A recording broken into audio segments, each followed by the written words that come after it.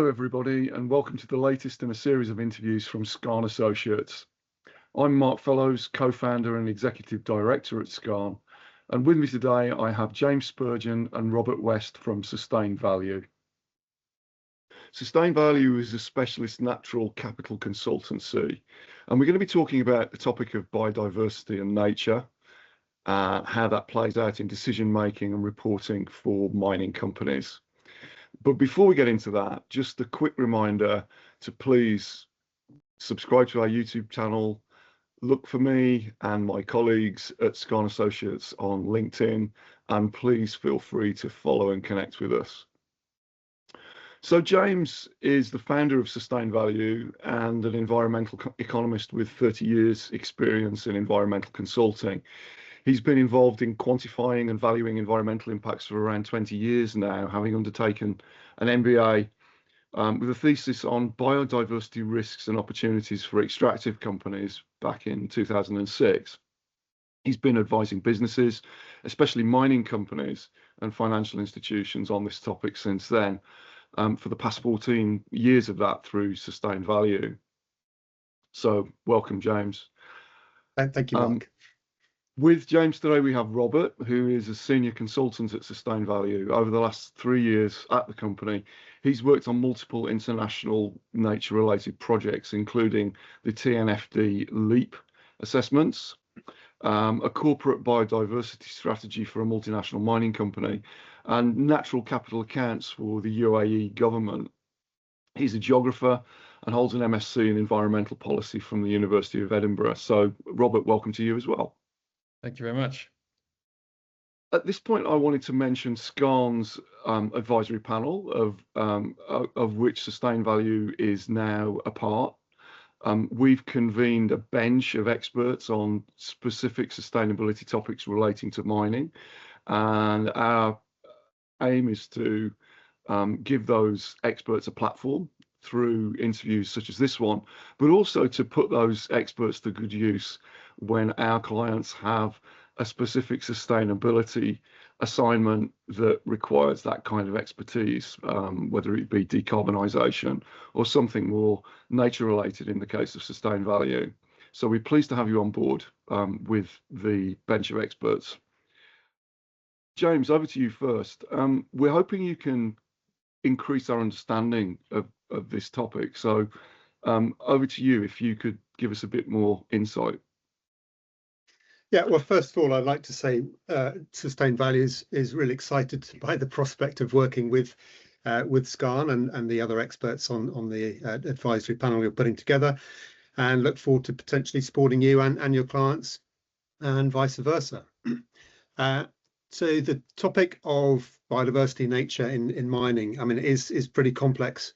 I think the first thing to do is just outline some of the key terms, just so we're all clear what we're talking about, because there's quite a lot of misunderstanding in relation to what they mean. So first of all, there's biodiversity, and that's basically all the living things on the planet, which includes animal and plant species, but also the habitats or ecosystems that they create. And in addition, all the genetic variation that makes them up. Nature, on the other hand, is much broader, so it encompasses biodiversity, but it also includes other naturally occurring sort of non-living physical and chemical things and processes, and so includes things like water, geology, air, and energy. Now, there's another term that's increasingly being used, and that's natural capital. And that relates to the stock of nature or natural assets. And this stock or capital generates a flow of benefits, sometimes called ecosystem services, that provide people and the economy with a range of different goods and services. This includes food, water, flood protection, and tourism. And the final point here is the shift to natural capital thinking is really quite important, because it focuses more on the monetary valuation side, so understands the actual value to society and businesses of nature and biodiversity. And it also really brings home the fact that businesses and society depend on these natural assets. And so it's so important to maintain and enhance this natural capital base. Thanks, James. And why are biodiversity and nature becoming such a hot topic now, in particular in relation to mining companies? Well, as everyone's aware, there's multiple crises going on. There's probably too many to mention all, but sort of climate, inequality, cost of living, geopolitical, all sorts. But in particular, there's a quite a scary global decline in biodiversity and nature that's been going on for a number of decades now. So around a million of the world's estimated 8 million species of plants and animals are currently threatened with extinction. And recent studies have shown that around 70% of species abundance has been lost in the past 50 years. Quite an extraordinary statistic. So at a global level, there's a range of sort of international activities that are going on. There's what's known as the Montreal Global Biodiversity Framework. So this is agreed by 190 plus countries around the world to have a nature positive goal whereby biodiversity loss is reversed by 2030 and there's full nature recovery to 2020 levels by 2050. So this is effectively an equivalent to the climate goal of 1.5 degrees C warming by 2050. This sort of global national interest and push towards activities is leading to a range of different things, in particular things like compliance for mining companies and different corporate reporting demands. So there's activities in Europe, the Corporate Sustainability Reporting Directive, and internationally the Task Force for Nature-related Financial Disclosures and the International Sustainability Standards Board, all looking to require companies in the coming years to report increasingly on these topics. Then there's a whole range of other pressures from investors that are looking to invest in companies that are having more of a positive impact. Countries are increasingly adopting associated policies, standards, and incentives to drive action. And it's worth bearing in mind that around 50% of global GDP has been identified as being at least moderately or majorly dependent on nature. And for mining companies, that statistic is actually greater than 90%.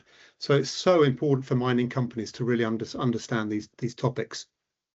Thanks, James. That's really great explanation.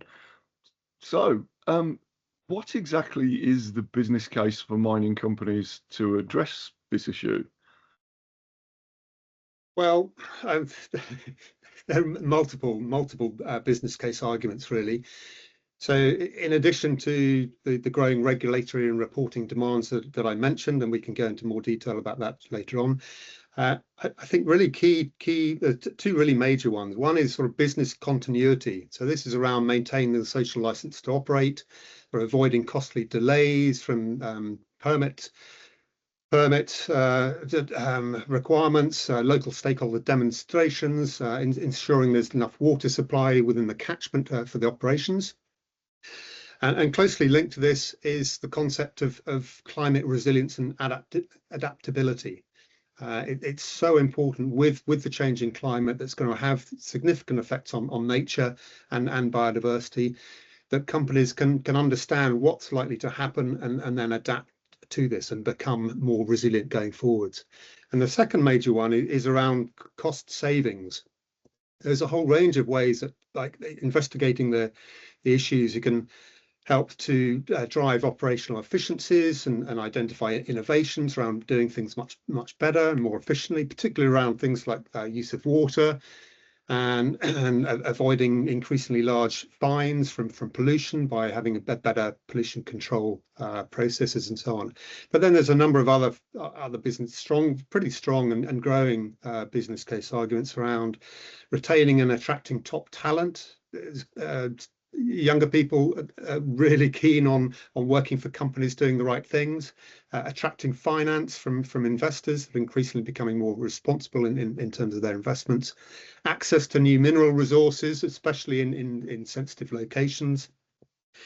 And at the end of the day, I think it's becoming more around the topic of creating value, creating long-term value by understanding the different values to not only to business but stakeholders, and preparing for that, and doing the best to ensure that that value is maintained and enhanced. And you talked about biodiversity and nature related risks and opportunities. Can you provide a few specific examples of these in the mining sector?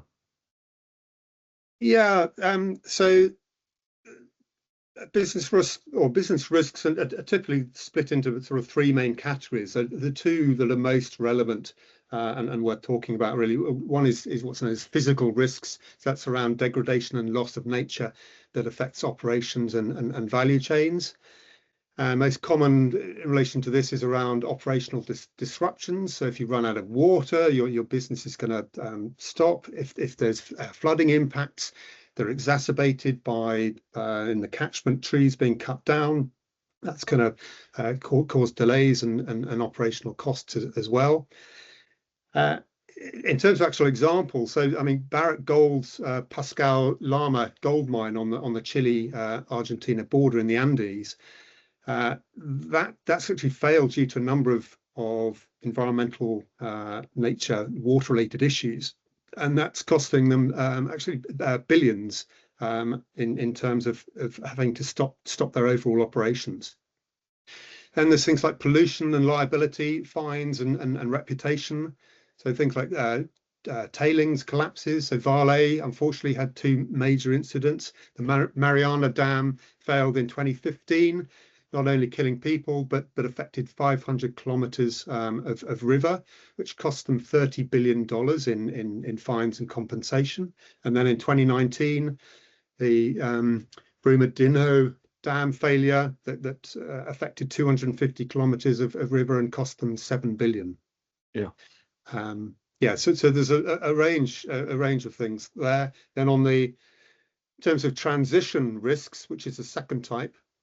These relate to sort of evolving policy and markets and technology and changing stakeholder expectations, which are leading to sort of increased costs and loss of access. And in particular, there are things like stronger biodiversity regulations and permitting hurdles. There's increased compliance and mitigation obligations. Increase sort of investor and lender scrutiny. There's increasing supply chain requirements and also sort of reputational risks around this, particularly in relation to high-profile nature incidents, which are becoming even more globally aware through social media. That's becoming rife. And the final one would be systematic risks. That's less relevant. I mean, that's basically when whole ecosystems collapse, and that causes whole local economies to break down, which can happen through things like major deforestation and sort of groundwater supplies being completely used up. So James, thanks for setting out the risks. On the positive side, what do the opportunities look like? Could you give us some examples? Yeah, I think this is really important because it's not all about risks and costs. There's some amazing opportunities as well from companies or mining companies like investigating nature and their impacts, dependencies, and just given the way the whole market's moving. So there's a recent report by the World Economic Forum on nature positive mining. And they reckon that there's around $430 billion worth of value that can be gained from cost savings and revenue uplift by 2030 if mining companies put into place sort of 5 priority actions. I won't go into all of them in detail, but I'll just pick out sort of the two really key ones. So one's around restoring and regenerating landscapes. So you'll see the photo behind me. I actually took in 2013 when I was working for Antofagasta, a Chilean copper mining company. And this is a photo of a lagoon that they restored, Conchali Lagoon, It was being used as a waste dump, effectively, with very few people actually visiting it because it was pretty unpleasant. Antofagasta restored it. They built a visitor centre and put in walkways and so on. And as part of the project, I was involved in actually valuing what the benefits or the value to society was. And through various questionnaire surveys to locals and the national population and visitors, estimated a benefit of around $15 million per year. So this was back in 2013. So that value is probably much greater now. So there's a lot of potential benefits from companies restoring nature both on their lands and in the catchments, and then tapping into new biodiversity markets, getting carbon credits. So a whole range of new financial mechanisms coming into play that will help to compensate and raise revenues for mining companies. Plus, there's obviously the reputational benefits as well. Second really key one is around improving water stewardship. As I mentioned, water is just a hugely important issue and constraint sometimes for mining companies. So there's a range of different water efficiency activities that can be undertaken, wastewater reuse schemes put into place, managing the environment and ecosystems to improve sort of natural water filtration. And also just working with other stakeholders in the catchment to better manage water, to restore the sort of water and maintain water quality that the mining companies can use. So again, actually, for a project I was working on for Antofagasta 10 years ago, looked at the value of water to the stakeholders and to Antofagasta at one of their sites. And this was looking at different options as to how they could retain water for their activities.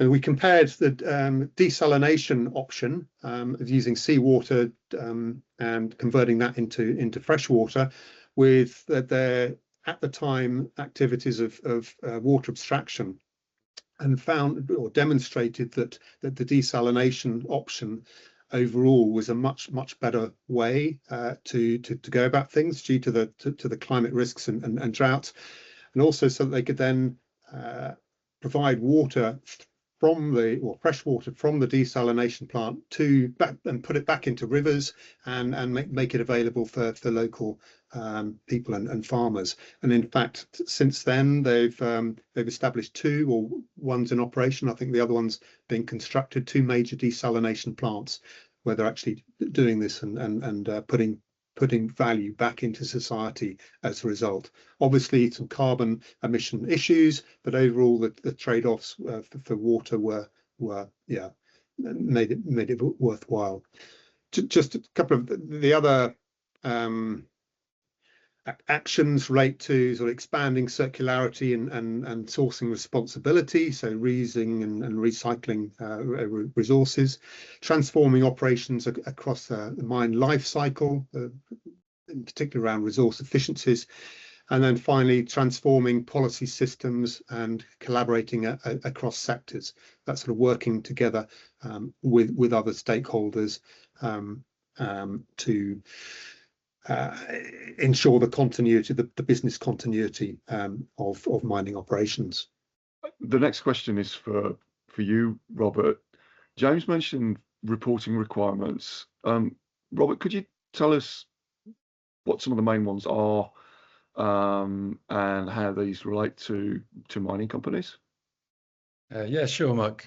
So the first thing to note is that right now there's not actually any international mandatory reporting requirements on nature and biodiversity, but they are definitely on their way. There are a lot of signals that the mandatory reporting is coming. One of the main ones is the TNFD, as James already mentioned, the Task Force for Nature-Related Financial Disclosures.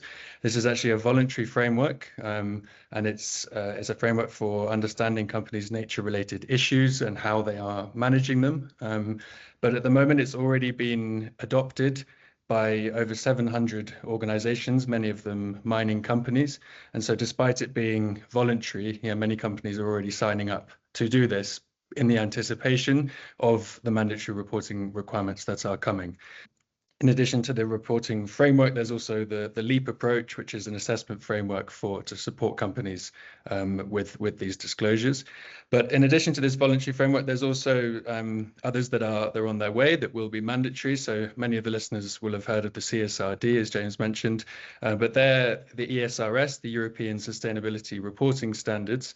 One of these, E4, specifically is on biodiversity and ecosystems. And many people will know about the process, the omnibus process that the ESRS have been scaled back quite significantly. But with regard to biodiversity and ecosystems, that's still very much part of the reporting framework, and the disclosure requirements cover transition plans, the policies that the companies have put in place, the metrics they're using to understand nature, as well as their targets.